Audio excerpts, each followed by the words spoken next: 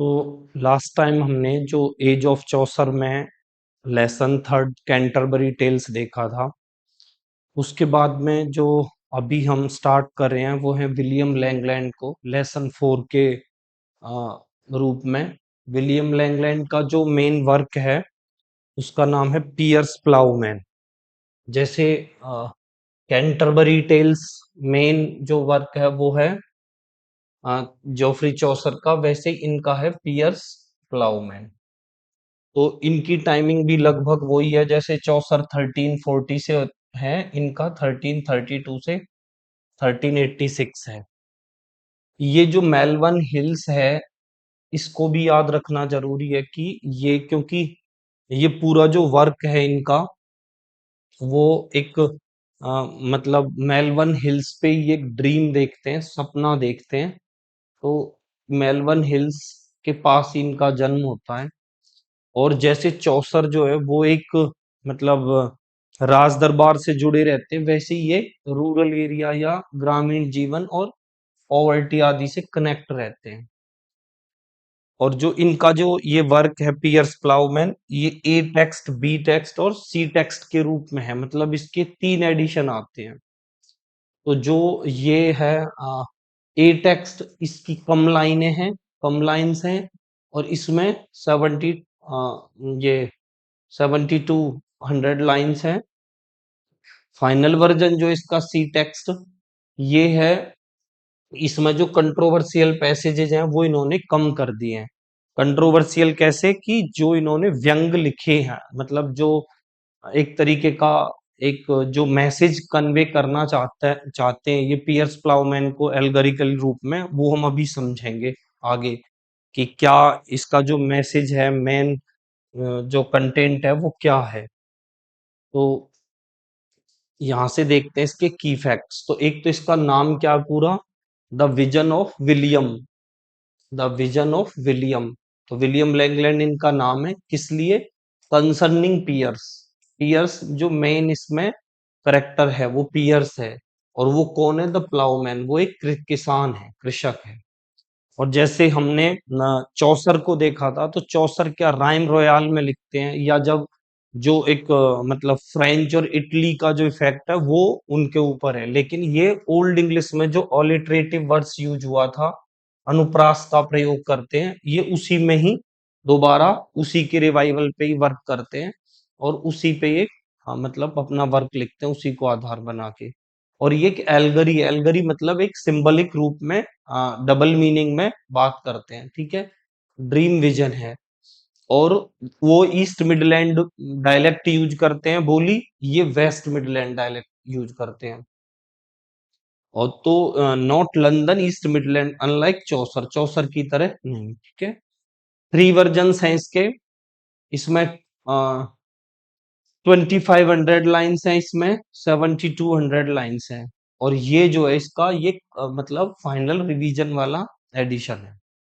जैसे ये इसकी स्टार्टिंग लाइन है, तो इसी स्टार्टिंग लाइन में ऑलिटरेटिव वर्ड्स जो हम पहले पढ़ चुके हैं, अनुप्रास का प्रयोग, जैसे सोमर सीजन, सॉफ्ट। तो एक ही लाइन में मतलब दो या दो से ज्यादा जो वर्ड्स हैं वो सेम कंसोनेंट साउंड से स्टार्ट हो रहे हैं। जैसे यहाँ भी स का साउंड है, अगली लाइन में भी कुछ इसी तरीके से है, इसमें एच एच का साउंड है, ठीक है। तो ये है ऑलिटरेटिव वर्ड्स का यूज। स्टार्ट जो होता है वो ये यहाँ से होता है। वर्क सेंट्रल इमेज इसका क्या है कि एक मैदान, मतलब जो ड्रीम विजन है वो सपने में ये विल क्या देखता है, और फील्ड फुल ऑफ फॉग, मतलब ये एक एल्गरी है, तो एल्गरी में सिंबल्स होते हैं, तो एक जो पूरा मैदान है, और वो पूरा मैदान भरा हुआ है किससे, भीड़ से। तो ये किस चीज का प्रतीक है, ऑल ह्यूमन सोसाइटी, पूरी जो दुनिया है उसका प्रतीक है। और वो कैसे है, वो जो फील्ड है वो फील्ड भी एक सिंबल है किसका, मतलब set between A tower of truth, कि वो जो मैदान है उसके जो ऊपर है, मतलब उसका जो ऊपरी हिस्सा है उधर क्या है, हेवन या गॉड, मतलब ट्रुथ। टावर ऑफ ट्रुथ किसका सिंबल है कि मतलब स्वर्ग का या भगवान का। And A dungeon of wrong, और जो उसके निचला एरिया है मैदान का वो क्या है, बुराइयों का प्रतीक है या नर्क का प्रतीक है। A vast moral map of medieval life, कि कैसे मध्यकाल के जो लोग मतलब जो क्रिश्चियनिटी से प्रभावित थे, वो आ, मतलब स्वर्ग और नर्क की धारणा में विश्वास करते हैं, बुराई और अच्छाई की धारणा में। अब इसका कंटेंट देखते हैं, द ड्रीम विजन्स का कंटेंट क्या है, मतलब इसका विलियम लैंगलैंड का जो मेन वर्क है इसका क्या कंटेंट है। तो ये जो द पोयम है series of connected dream visions, तो इसमें जो राइटर है विलियम लैंगलैंड, वो मालवन हिल्स पे क्या करते हैं, लेट जाते हैं और एक सपना देखते हैं। तो वो स्वप्न कई सारे हैं। विल विल इसका नैरेटर है, मतलब खुद स्वयं Langland. Falls asleep and dreams, each dream revealing a different aspect of sin, society and salvation। जो सपने हैं वो पापों से मुक्ति के तरीकों को और वो सारा दिखाएंगे। तो वो जो उनमें मेन जो विजन्स हैं, उन सारे विजन्स को हम यहाँ पे डिस्कस कर लेंगे। तो जो पहला विजन है वो क्या है, उसमें जो नैरेटर है, मतलब जो राइटर है, वो सो रहा है और सोते हुए क्या सपना देखता है कि एक विशाल मैदान है जो लोगों से खचाखच भरा हुआ है, और यहाँ समाज के हर वर्ग के लोग हैं, जैसे किसान हैं, व्यापारी हैं, सब हैं। The narrator sees all of human society in the field full of fog. तो वो पूरा भीड़ से भरा और हर वर्ग का प्रतिनिधि है वहां पे। किसान, व्यापारी, भिक्षु हैं, राजा है ना। और फिर वो मजबूरन या कैसे भी करके खुशी खुशी अपनी जिंदगी जी रहे हैं। और जैसे हमने पहले देखा था कि इस मैदान के ठीक ऊपर क्या है, सच्चाई का महल है ना, और टावर ऑफ ट्रुथ, और नीचे डंजन ऑफ रॉन्ग है। डंजन ऑफ रॉन्ग मतलब, जो रॉन्ग मतलब गलत, डंजन मतलब तहखाना, उसका बुराई का तहखाना है। और इसी मैदान के बीचों बीच क्या होता है अब, लेडी मीड है। लेडी मीड मतलब, लेडी मीड का अर्थ है ब्राइबरी या करप्शन। उसकी शादी होने वाली है, ये सब सपना देख रहा है। कौन देख रहा है, विल। विल ही इसका मेन नैरेटर है और वो ही इसका राइटर है, विलियम लैंगमैन। लेडी मीड का क्या मतलब है, क्योंकि हम पढ़ रहे हैं कि एल्गरी, एल्गरी में क्या होता है, एक दूसरा अर्थ भी होता है। तो ये जो लेडी मीड है, ये इसका ये सिंबल है किस चीज का, ब्राइबरी का और करप्शन का। तो ये ब्राइबरी और करप्शन का है। और वो असल में है क्या, रिश्वतखोरी, भ्रष्टाचार और पैसे की लालच का ही पर्सोनिफिकेशन है ना। समाज का हर वर्ग, चाहे वो चर्च के बड़े पादरी हो, राजा का दरबारी, वो सभी उससे प्रभावित होते हैं। यही हम समाज में देखते भी हैं, इज टू बी मैरिड। तो इसकी शादी होने का जो सिंबल दिखाया है, वो इससे ही ये पूरी कहानी को निकाले। The king must decide. तो जब ये शादी होने वाली है इसकी, और वो शादी किससे होने वाली है, जैसे ये करेक्टर लिखे हुए हैं, तो उनमें एक करेक्टर है फॉल्स, इसकी झूठ के साथ शादी होने वाली है। मतलब ज्यादातर हम समाज में क्या देखते हैं कि जो रिश्वत है, उसका साथ सबसे ज्यादा किसके साथ चलता है, झूठ के साथ। तो झूठ के साथ उसकी शादी होने वाली है। तो फॉल्स के साथ शादी होती है, और शादी करवाने में भी जो और भी चापलूसी या धोखा है, इस टाइप के भी जो करेक्टर हैं वो भी उसका साथ देते हैं, जैसे है ना फेवेल या फ्लैटरी। तो ये सब इसका साथ देते हैं, क्योंकि वो कोई उससे ये कहने वाला ही नहीं है। जैसे समाज में देखते हैं ना, कि कोई उससे ये कहने वाला नहीं होता कि तुम गलत हो या झूठ बोल रहे हो। तो इस तरीके की बातें चलती ही नहीं है। तो शादी में फिर उसको दहेज में क्या मिल रहा होता है, दहेज के रूप में फॉल्स और लेडी मीड को पूरा मानव समाज और सेवन डेडली सिंस, जिनके बारे में हम आगे पढ़ेंगे, जो क्रिश्चियनिटी में काफी डिस्कस होते हैं, सेवन डेडली सिंस, और लोगों को धोखा देने और लूटने का पूरा अधिकार उसको दिया जा रहा है। ये इस स्टोरी में वो ये देख रहा है। कौन देख रहा है, सपना देख रहा है, विल। तब ये जब सब कुछ चलता रहता है, तब वहां पे क्या आ जाती है, थियोलॉजी आ जाती है। जब शादी की रस्म मतलब शुरू होने वाली हो रही होती है, तभी वहां कौन आ जाता है, थियोलॉजी आती है। थियोलॉजी का मतलब होता है शास्त्र या सिद्धांत। धर्मशास्त्र। तो धर्मशास्त्र वहां पे आ जाता है, मतलब वो धर्मशास्त्र का मतलब है कि ऐसे विचार वहां सामने आने लगते हैं कि भाई क्या सही है या क्या गलत है। इसकी शादी ऐसे ऐसे करके झूठ जो है और रिश्वतखोरी ये सब मिलते रहेंगे और चापलूस लोग इस सब के साथ रहेंगे, कभी ये खत्म होगा भी या नहीं होगा। तो थियोलॉजी वहां पे आ जाती है, और थियोलॉजी आ जाती है तो वो विरोध करती है इस बात का कि जो लेडी मीड है ना, लेडी मीड का जन्म भी हुआ तो ईश्वर के यहाँ से ही है, इसलिए उसकी शादी झूठ से नहीं हो सकती। वो सुझाव देता है कि इस मामले को राजा की अदालत में ले जाया जाए। तब ये आता है, the king must decide whether this is legitimate और sustained attack on corrupt government and venal officialdom. तो ये इस तरीके से, मतलब राजा की अदालत में जब ये ड्रामा पूरा पहुंचता है तो राजा गुस्से में आ जाता है और वो फॉल्स और उसके साथ में जो उसके फ्लैटरी करने वाले लोग हैं वो उन सबको गिरफ्तार कर लेता है।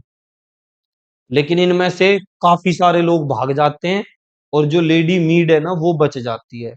अब ले जो लेडी मीड है वो उसका सही से इस्तेमाल करने की बात हो रही है कि जो पैसा और पुरस्कार है उसका कहाँ पे इस्तेमाल होना चाहिए। तो ये सब जो राजा है ना, राजा कहता है कि ठीक है, पुरस्कार जो है मतलब लेडी मीड का जो मेन प्रयोग है, जैसे रिश्वत अपने स्वार्थ के लिए नहीं, तो वो कहता है कि इसकी शादी कंसाइंस से करा दी जाए। तो केवल यहाँ ये सारे जो मतलब फैक्ट्स हैं वो रटने नहीं है, केवल ये देखना है कि किस तरीके से एक एल्गरी के थ्रू, मतलब कंसाइंस जो है विवेक, जिसको जो हर इंसान के अंदर होता है, अगर विवेक साथ रहे कि पुरस्कार के साथ में या रिश्वत के सम्मान किसको मिलना चाहिए, तो अगर इसके साथ में कंसाइंस रहेगा तो ठीक रहेगा। राजा जो है ना वो ये आदेश जारी कर देता है। तो राजा जब ये आदेश देता है कि पुरस्कार और के साथ ही इसकी शादी हो, तो जो कंसाइंस है ना वो मना कर देता है। कंसाइंस साफ इनकार करता है कि विवेक कहता है कि लेडी मीड जो है ना वो तो एक नंबर की भ्रष्ट औरत है। इसने तो सबके जो चर्च आदि के पादरी हैं उन सबको अंधा बना रखा है। वकील और जजों को भी रिश्वत देकर कानून का मजाक बना दिया है। राजा के जो भी सैनिक हैं उन सबको भी ये उकसा देती है गलत के लिए। तो उससे वो मना कर देता है शादी करने के लिए। तब फिर लेडी मीड रोती है, वो अपने को बेकसूर साबित करने की कोशिश करती है। तर्क ये देती है कि दुनिया में किसी भी काम करने के लिए मीड की जरूरत होती है। मीड मतलब पैसे की या इनाम की। जैसे आजकल भी लोग जब गलत काम करते हैं तो वो क्या कहते हैं, वो यही कहते हैं कि जो भाई पैसे के बिना कोई काम नहीं चलता, तो वही मीड भी कह रही होती है। अब इस बहस को सुलझाने के लिए जो रीजन है, जैसे ये क्या लिखा हुआ है, रीजन मतलब तर्क, तो फिर वहां से क्या होता है, तर्क शुरू होता है। और तर्क क्या कहता है, वो मतलब तर्क साफ बात कहता है कि नहीं, जो कंसाइंस जो है ना, अंतरात्मा की जो सलाह है वो ही मानी जानी चाहिए। तो वो लेडी मीड को पूरी तरह खारिज कर देता है रीजन, और अपनी अब से वो रीजन ही ये कहता है कि जितनी भी राजा की सल्तनत है उसको कंसाइंस की सलाह पे ही चलना चाहिए, और बल्कि ये नहीं कि बिना विवेक के काम करना ठीक नहीं है। उससे तो पूरा राज्य खराब कर दिया इस रिश्वत ने, ब्राइबरी ने। तो इस तरीके से फिर उसका ये पहला सपना जो है ना वो टूट जाता है और वो जाग जाता है। और इससे क्या माहौल बनता है, इसी से फिर ये माहौल बनता है कि जो पहले तर्क आदि मैदान में खड़े होकर के सभी लोगों को बहुत ही शक्तिशाली उपदेश जो दे रहे हैं, और वे लोगों को यही समझाते हैं कि जो अभी जो हम ब्लैक डेथ के बारे में भी हमने पहले पढ़ा था एज ऑफ चौसर में, कि उस टाइम पे मतलब 13 मिड मिड 14th में सेंचुरी में काफी बड़ा वहां पे एक प्लेग फैला था, महामारी फैली थी और उसमें बहुत सारे लोग मरे थे। तो जो वो उसका एक सपना टूटता है और फिर वो दोबारा से जब सोने जाता है तो उस स्वप्न में वो क्या देखता है कि जो रीजन है ना वो ये समझा रहा है तर्क लोगों को उस भीड़ में कि जो तुम लोग के पे इतने जो दुख आ रहे हैं उनमें मेन जो रीजन है, मेन जो कारण है वो ये है, 7 डेडली सिंस का। और ये जो पाप है यही आप लोगों को परेशान कर रहे हैं, इन्हीं की वजह से जो आप लोग ये जो मतलब इतनी बड़ी बड़ी डेथ्स हो रही हैं बल्क में, वो सब इसी वजह से हो रही है। तो इस तरीके से जब वो तर्क मतलब एक एलगरी है, और फिर ये जो 7 डेडली सिंस हैं, अब 7 डेडली सिंस एक एक करके आते हैं किसके, कन्फेस टू रिपेंटेंस। जब उनकी समझ में आ जाता है तो ये एनवी, रैथ, है ना, पोवेटाइस, ग्लटनी, स्लॉथ, प्राइड और लेचरी, ये सब एक एक करके आते हैं और फिर ये कन्फेस करते हैं किसके सामने, रिपेंटेंस के सामने, मतलब पश्चाताप करते हैं। ये क्रिश्चियनिटी में इसी तरीके से धार्मिक प्रक्रियाएं होती हैं।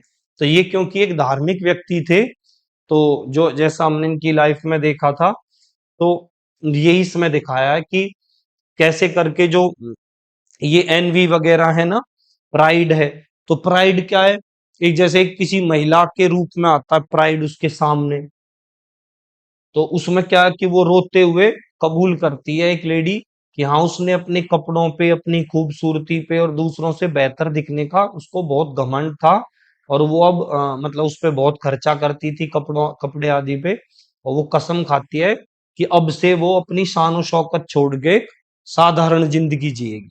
ऐसे ही ईर्ष्या का एक मतलब एक चित्रण उसमें दिखाया गया है कि एक बहुत ही मतलब जैसे सूखी मटर हो जाती है, इस तरीके का सिकुड़ा हुआ चेहरा लेकर के ईर्ष्या आती है, और वो दूसरों की खुशियों को देख के जलता रहता है हर टाइम पे। तो वो भी पश्चाताप करता है कि अब मैं आगे से ऐसा नहीं करूंगा।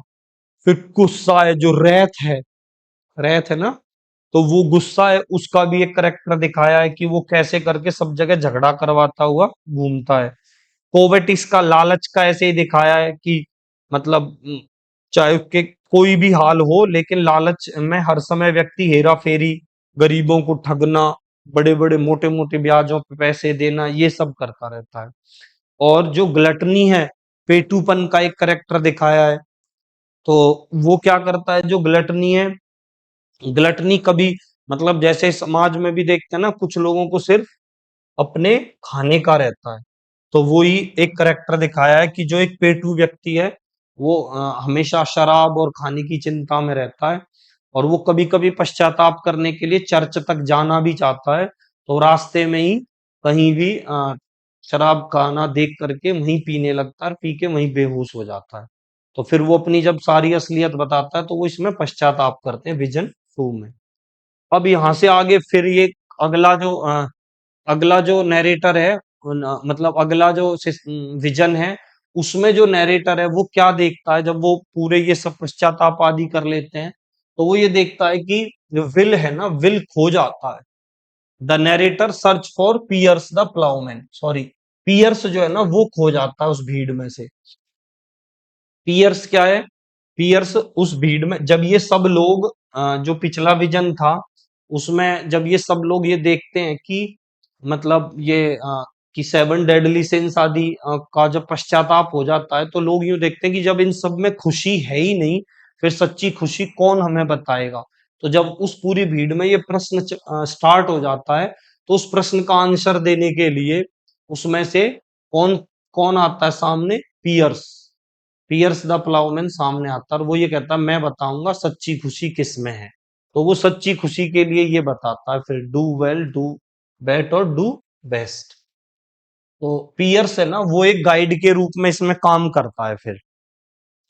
अब वो कैसे काम कर रहा होता है, जब सारे सातों माँ बाप रो रो के अपने पाप कबूल लेते हैं, और रिपेंटेंस जो है उनके लिए भगवान से प्रार्थना करता है, और पूरा मैदान अब भगवान और सच्चाई को खोजने के लिए व्याकुल हो उठता है। तो मैदान में मौजूद कोई भी इंसान, बड़े बड़े तीर्थयात्री ईश्वर की या सच्चाई का रास्ता उसको बता नहीं पाते। तब फिर ये पियर्स कहता है मैं ही सच्चाई को जानता हूँ, और मैंने पिछले मतलब वर्षों से मैं अपने खेतों में काम करता हूँ, और फिर यहीं से ये इसकी शुरुआत होती है डू बेल, डू बेट और डू बेस्ट की। तो पियर्स जो है ना, अब वो इसको पियर्स प्लाउमैन जब खो जाता है वो बताने वाला, तो अब उसको ढूंढने के लिए निकलता है। ठीक है, और निकलता है विल। तो विल की इस पूरी खोज का मुख्य मकसद क्या है? Do well, do better, do best को जानना। तो यही एक ऐसी चीज है जो इंसान को धीरे धीरे महान बनाती है।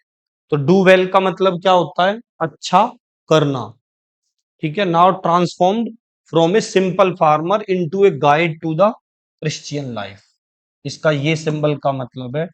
और डू वेल का मतलब क्या है? कि आप जब अपने लेवल पे अच्छा कर रहे होते हैं, ठीक है, फिर जब आप उससे भी अच्छा कर रहे होते हैं, मतलब दूसरों को भी परोपकार आदि की भावना से उन्हें अच्छी शिक्षा या मतलब अच्छी मदद करते हैं, दान दया आदि। और डू बेस्ट का मतलब जैसे क्रिश्चियंस में जो सबसे बड़े लेवल पे जाके उनके परोपकारी संत आदि करते हैं। 3 ascending degrees of the Christian life, ये है इसमें। तो ये उसमें तीसरे विजन में देखते हैं। और फिर लास्ट में ये उस वर्क का पूरा क्लाइमैक्स है कि लास्ट में क्या होता है फिर, कि जब वो उसको ढूंढते हुए और उससे ये जान लेते हैं डू वेल, डू बेटर और डू बेस्ट का मार्ग, फिर उसके बाद क्या होता है? तो उसके बाद में होता है कि वो अपनी एक मानसिक यात्रा कर रहा होता है। विल जो है ना, ये सब कुछ वो अपने मन में ही तो देख रहा है, ये एक साइकोलॉजिकल एल्गरी है। तो पियर्स जो पियर्स के थॉट हैं, उसकी जो बुद्धि है, वो सब आपस में डिस्कस कर रहे हैं। उसकी जो स्टडी है वो डिस्कस कर रही है। तो जब वो सब कुछ ही अपनी मानसिक यात्रा पे कर लेता है, तब वो एक क्लाइमैक्स में पहुंचता है। और क्लाइमैक्स में कहाँ चला जाता है? जेरूसलम में पहुंच जाता है, जहां जो वो है ईसा मसीह, जो ईसा मसीह के प्रतीक कौन है? पियर्स, क्राइस्ट है वो ह्यूमैनिटी के लिए। और उसको देख लेता है। तो वहां पे वो क्या देखता है विल जा करके? कि वहां पे क्रूसीफिक्शन हो रहा है। क्रूसीफिक्शन हो रहा है मतलब ईसा मसीह को सूली पे चढ़ाया जा रहा है। तो वो जब चढ़ जाते हैं तो बाद में वो हैरोइंग ऑफ हेल करते हैं। हैरोइंग ऑफ हेल का मतलब है कि जब उनको उस पे चढ़ा दिया गया, उसके बाद वो फिर नर्क में जाते हैं, और नर्क में जाकर के भी जो बुराइयों में फंसी हुई आत्माएं उनको भी मुक्त कर देते हैं। ये भी एक क्रिश्चियनिटी के ही कॉन्सेप्ट है, हैरोइंग ऑफ हेल। तो पियर्स जो है ना, वो ही मतलब प्रतीक है किसका? जैसे क्राइस्ट है ह्यूमैनिटी के लिए, मतलब मेहनत और परिश्रम से जैसे एक किसान अपना और लोगों के लिए फसल उगाता है, वैसे ही जो क्राइस्ट है उन्होंने भी ह्यूमैनिटी के लिए दुख आदि सहन किए। He is the identified with Christ human nature. So Langland's final answer, Christ the Plowman harrowed hell, मतलब उन्होंने पूरे नर्क को हिला दिया एंड रिडीम्ड मैनकाइंड, और पूरी मानवता को वहां से मुक्त किया। पियर्स का मतलब बुराइयों से मुक्त किया। Piers the simple farmer, Christ to labours for human salvation, बस ये इसका। और ये हमेशा चलता रहता है। फिर जब वो एंटी क्राइस्ट जो होते हैं, वो दोबारा से फिर संघर्ष करते हैं अच्छाइयों के साथ और बुराइयों का, ये इसमें दिखाया गया। इस टाइप के क्वेश्चंस पहले आए हुए कि लैंगलैंड पियर्स प्लाउमैन, जो पियर्स है in Langland Piers Plowman, Piers finally appears a king, a knight, a priest, a Jesus. तो वो in the climactic visions of Piers Plowman, Piers the simple plowman is gradually, फिर वो धीरे धीरे क्या? Christ बन जाता है, revealed as representing Christ human nature, जब वो बेस्ट करता है। Piers Plowman is primarily a satire directed against, तो वो ज्यादा क्या है? जो पूजा वाला जो ग्रुप है, मतलब जो क्राइस्ट का ग्रुप है, क्लेरजी जो है, उन्हीं पे ही क्या है? वो एक सटायर है। ठीक है, इन सबसे ज्यादा तो ये है। Social criticism, Langland anger, Piers Plowman is one of the most passionate documents of social protest in all English literature. ठीक है, करप्ट क्लेरजी, तो जो प्राइस्ट्स है ना, who take money without serving, friars who vendor for profit, pardoners who sell forgiveness, जो ये इस type के जो करेक्टर्स हैं, फ्रायर है और ये पार्टनर्स हैं, ये सब हम करेक्टर्स और इनके वर्क आदि पिछले जो लेसन्स हैं जैसे चौसर के, तो उसमें ये सब देख चुके हैं। करप्ट गवर्नमेंट, द पुअर और पीजेंट्स रिवॉल्ट, जो 3081 का जॉन बॉल, जो एक रेबल प्राइस्ट था, quoted from Piers Plowman in his sermons. तो ये उस टाइम के मतलब कृषकों का जो विद्रोह हुआ था जॉन बॉल के नेतृत्व में, वो भी एक रेबल प्राइस्ट ही था। तो उन्होंने ये कहा था कि जब Piers Plowman in his sermons when Adam delved the Eve span who was the gentleman, तो ये उन पे व्यंग दिखाया गया है कि जैसे पादरी लोग छोटा या बड़ा व्यक्तियों को ठहराते हैं कि जब एडम ने और ईव ने सबसे शुरू में दुनिया में प्रवेश किया और काम किए, उस टाइम पे कौन जेंटलमैन था, मतलब सब तो बराबर ही थे। तो ज्यादा बड़ा सटायर किस पे है, प्राइस्ट पे ही है ये। ठीक है, और लैंगलैंड और चौसर का कंपैरिजन ये है, इनकी टाइमिंग और इनका जो डायलेक्ट्स है उसका अंतर, इनकी टोन का अंतर। तो उसमें वो कॉमिक ज्यादा लिखते हैं, आयरनिक लिखते हैं, डिटेच्ड लिखते हैं, लेकिन ये दृढ़ निश्चय से और बड़े गुस्से में और प्रोफेटिक नेचर में लिखते हैं। Demands moral reform. ठीक है, ये मोरल रिफॉर्म पे बात करते हैं। Treats church figure with irony but accept the system, deeply devout, ये काफी मतलब श्रद्धालु व्यक्ति हैं। Corruption from inside the faith, ये अटैक करते हैं किस पे कि अगर आप विश्वास रखते हो तो ही आपके जीवन का उद्धार हो सकता है, और गलत करना गलत है। लिटरेरी ट्रेडिशन, ये इटालियन, फ्रेंच और पेट्रार्क बोकेसियो आदि से प्रभावित है। ये प्योरली इंग्लिश, ओल्ड इंग्लिश और alliterative tradition. Which of the following is correctly matched about Piers Plowman? तो लैंगलैंड सेकंड वाला इसका आंसर होगा। West Midland alliterative, A text, B text और सी टेक्स्ट वाला। John Ball, leader of peasants revolt, quoted from Piers Plowman in his sermons, तो इन्होंने इसी से उठाई ये line. What was Langland's reaction to the revolt? तो उनका रिवोल्ट क्या था? He was horrified, his criticism was spiritual not revolutionary. Langland was deeply conservative in political terms. His attacks on corruption were motivated by spiritual reform. He wanted the church and society to live up to the Christian ideals. मतलब ये उसको चाहते हैं कि Christianity रहे लेकिन एक सच्चे आदर्शों में रहे। Not to overthrow the social order, ठीक है, पूरा सोशल ऑर्डर उखाड़ने का इनका कोई टारगेट नहीं था। तो ये है विलियम लैंगलैंड की कहानी। तो आप लोग एक बार इसको अच्छे से देखें तो इजीली ये मतलब एक पैटर्न में कि किस ढंग से हमें समझना है उसको, तो हम इसको समझ पाएंगे। Okay, thank you.